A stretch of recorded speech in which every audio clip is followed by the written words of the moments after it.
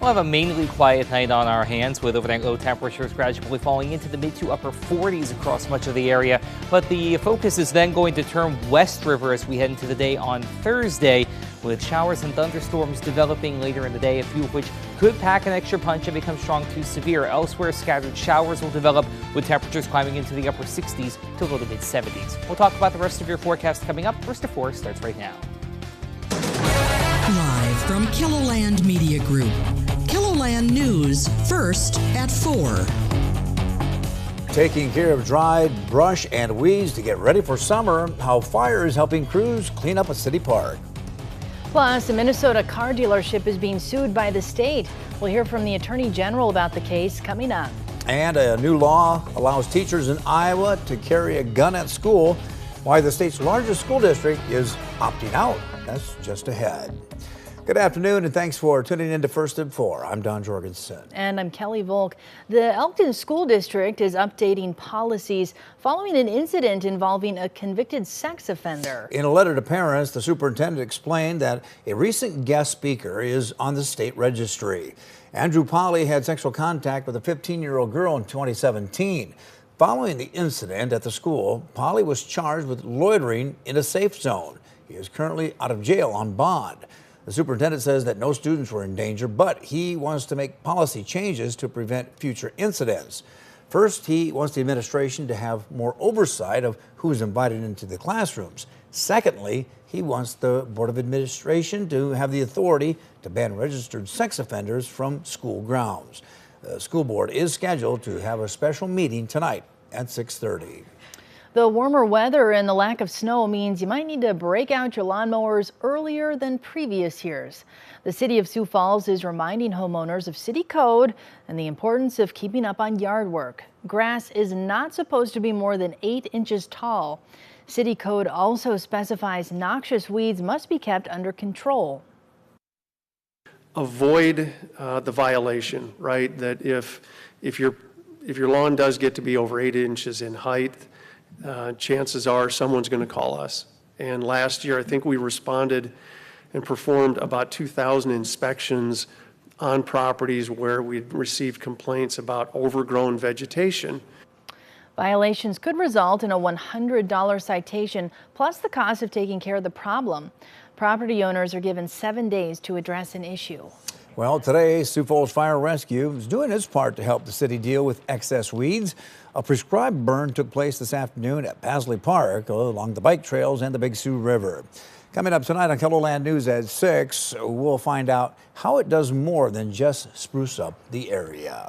Well, we had a pretty nice day out there today. Yeah, I just noticed I was outside and the wind was picking up just a little bit, but I'm not complaining. Yeah, still better than earlier this week, Adam. Yeah, absolutely. It is a lot better than earlier this week, but unfortunately that wind is going to be coming back. The East River, at least, as we head through the rest of the weekend into the weekend. We're already starting to see that wind out to the west, and we're going to have a few things to monitor as well on top of that. For now, though, we'll kick off this Wednesday with a view from our camera in Wagner. Notice the cloud cover starting to build in. That's going to be something that also comes along ahead of what we're watching for the rest of the weekend into the first half of the weekend as well.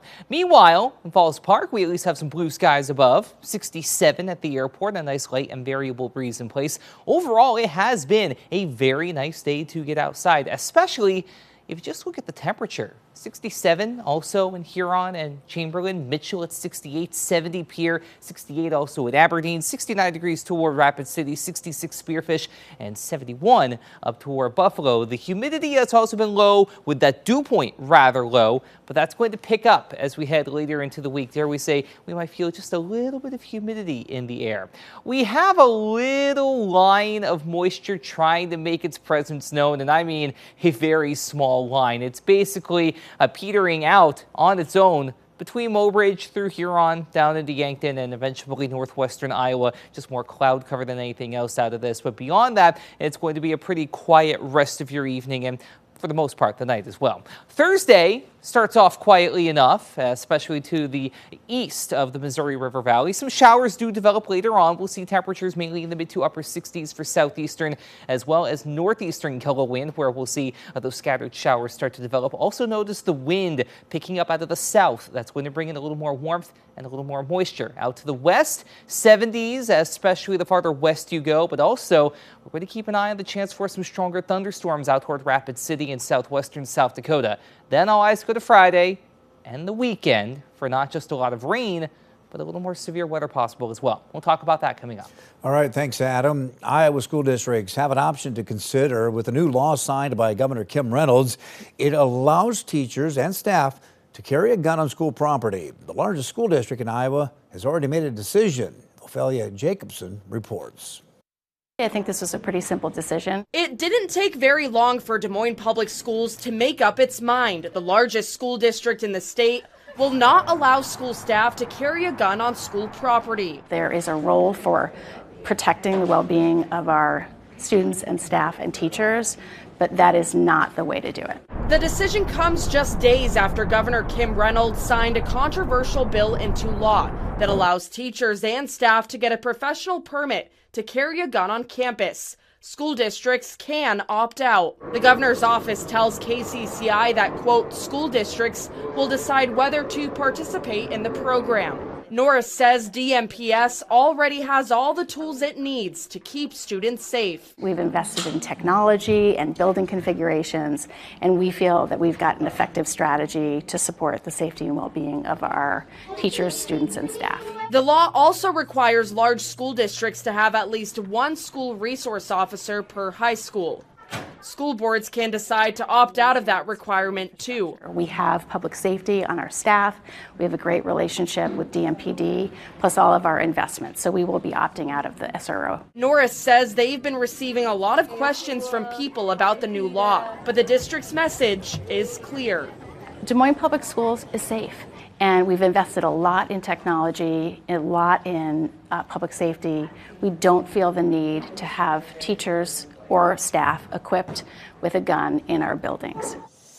Ophelia Jacobson reporting. Now, other school districts in the state that they reached out to for this report says that it's too early to tell what their school boards will decide. Minnesota's Attorney General is suing a car dealership, saying it broke the law. The lawsuit accuses Midwest Car Search of scamming Minnesotans out of millions of dollars by misrepresenting the quality of cars it was selling, along with dishonest service contracts and high interest rates. This is a long-term systematic pattern of deception targeting Minnesotans, often, but not always, with limited English language skills. The Attorney General's office estimates the value of vehicle service contract illegally added to customer purchases to be $4.5 million.